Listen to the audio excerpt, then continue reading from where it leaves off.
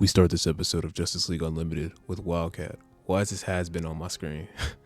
I'm just playing. I don't want to get done like Green Arrow. If you all do not know, Wildcat is getting prepared for a boxing match against Black Canary. Oh nah, I'd just say. If you all do not know who Wildcat is, I do not blame you. As a kid, most of these characters were type of DLC skins that I was not able to unlock or learn the lore about. Now as an adult, I can learn the lore and share the knowledge with all of you. For Wildcat, he appears in Station Comics #1 in January of 1942, which makes sense that he was under a few aliases, one of which were Catman. No, not the Catman villain who fought Batman, but his own hero. I personally love Wildcat because his hero type is strictly brawler. He was such a vicious fighter they labeled him Wildcat as his boxing nickname. Ted, aka Wildcat, was a boxer during the World War II era and helped save a prolific boxer of that time, and this boxer took him under his wing to mentor him. Sadly, good things never last, and Wildcat was forced to fight his mentor but accidentally killed him as a mob gangster laced his gloves with a lethal dosage, killing him on the spot. Wildcat then got revenge and became the hero we all know and love, going on to train such heroes and superheroes as Batman, Superman, and even Black Canary. So why is he ready to fight her so quickly if he trained her? Well, so what I learned is that the Justice League kicked Wildcat out as he was getting too old for the game, the hunt, the justice. As he was kicked off the Justice League, he then met with this lady, I do not know her name. As Green Arrow is waiting with Black Canary for them to get ready for their match, he gasses Canary and takes her place in the fight instead. I also have to ask, why when heroes with no powers or superheroes with powers that come from gadgets always come up with these weird contraptions? Why else would he need a sleeping arrow which does this that close? Like, is this not crazy? We get to the arena and Wildcat is straight geeking that he cannot beat up a woman.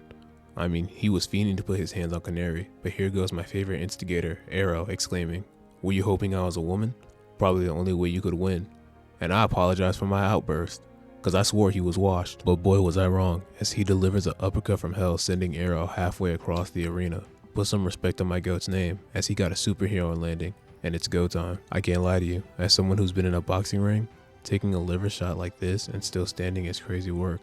Then to get grabbed by the scruff of your collar and picked up in an overhead to a down B throw is just crazy work. Arrow then sees his baby girl pull up, and the pull effect was in full force, but boy was that not the right time to use it. Getting a 4-piece combo and then a biscuit on the cage, take a bite. Then Arrow asks him, genuinely, when are you actually gonna hit me? Has been. And me personally, I wouldn't take that, and I guess neither did Wildcat. Yanking bro by the collar, slamming him on the ground, into an elbow drop, and backflipping over him to deliver a series of punches. You can't teach this. They really got Nightwing in the show before Nightwing. I won't lie to you. Them punches, they sound a little meaty, I won't lie to you. By Canary's face, you could see that they are messing up Arrow. Then extended his load and he out of breath. That's how you know he don't got all his punches out. Arrow, being the D1 shit talker that we all know and love, tells him straight up, I see why the league booted you. You're too old, you can't even knock me out, and I don't even have any powers. Delivering the billionaire wing, Wildcat took that as disrespect, and you see how he's shaking to deliver that final punch. Got hit so hard they played that ballerina twirl in slow-mo 3 times.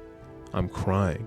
Arrow is just plastered on the ground, face down, butt up, while another man walks on top of him, saying he isn't finished. Is this not crazy? Number 1, if I ever get knocked out and they turn me over with their foot, this will cause an Elden Ring boss bar to appear. Don't you dare touch me with those tar-dipped talons you got on your feet. Number 2, why did Wildcat look so surprised when he killed him? Like you were giving everything you had into them punches, yet bro told you he had no powers. That's like me looking at a regular sized roach yet grabbing a vacuum and then slamming the vacuum and exploding it. Like what? That's just overkill. Of course, it was all a farce to make Wildcat see the error of his ways and come back to the league. I really enjoy this episode because of the different meanings it can have on any individual watching. As I watch it now, I see it as my sign of criticism and how I never want to give up or be seen as weak in the eyes of those I hold ahead of me. Thank you for watching.